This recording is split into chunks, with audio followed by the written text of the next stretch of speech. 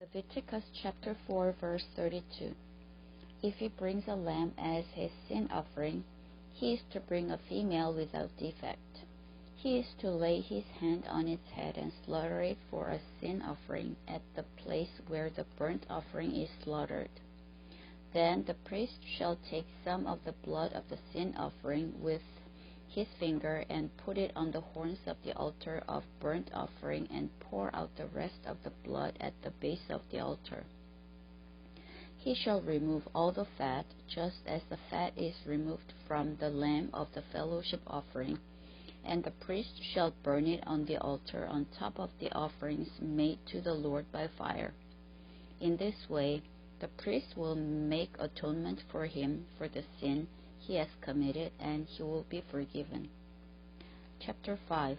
If a person sins because he does not speak up when he hears a public charge to testify regarding something he has seen or learned about, he will be held responsible. Or if a person touches anything ceremonially unclean, whether the carcasses of unclean wild animals or of unclean livestock, or of unclean creatures that move along the ground, even though he is unaware of it, he has become unclean and is guilty. Or if he touches human uncleanness, anything that would make him unclean, even though he is unaware of it, when he learns of it, he will be guilty. Or if a person thoughtlessly takes an oath to do anything, whether good or evil, in any matter one might carelessly swear about, even though he is unaware of it. In any case, when he learns of it, he will be guilty. When anyone is guilty in any of these ways, he must confess in what way he has sinned, and as a penalty for the sin he has committed, he must bring to the Lord a female lamb or goat from the flock as a sin offering, and the priest shall make atonement for him for his sin. If he cannot afford a lamb, he is to bring 2 doves or 2 young pigeons to the Lord as a penalty for his sin, one for a sin offering and the other for a burnt offering. He is to bring them to the priest, who shall first offer the one for the sin offering. He is to wring its head from its neck, not severing it completely, and is to sprinkle some of the blood of the sin offering against the side of the altar. The rest of the blood must be drained out at the base of the altar.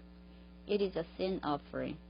The priest shall then offer the other as a burnt offering in the prescribed way and make atonement for him for the sin he has committed, and he will be forgiven. If, however, he cannot afford 2 doves or 2 young pigeons, he is to bring as an offering for his sin 1/10 of an ephah of fine flour for a sin offering. He must not put oil or incense on it, because it is a sin offering. He is to bring it to the priest, who shall take a handful of it as a memorial portion and burn it on the altar on top of the offerings made to the Lord by fire. It is a sin offering. In this way, the priest will make atonement for him for any of these sins he has committed, and he will be forgiven. The rest of the offering will belong to the priest, as in the case of the grain offering. The Lord said to Moses, "When a person commits a violation and sins unintentionally in regard to any of the Lord's holy things, he is to bring to the Lord as a penalty a ram from the flock, one without defect and of the proper value in silver, according to the sanctuary shekel. It is a guilt offering.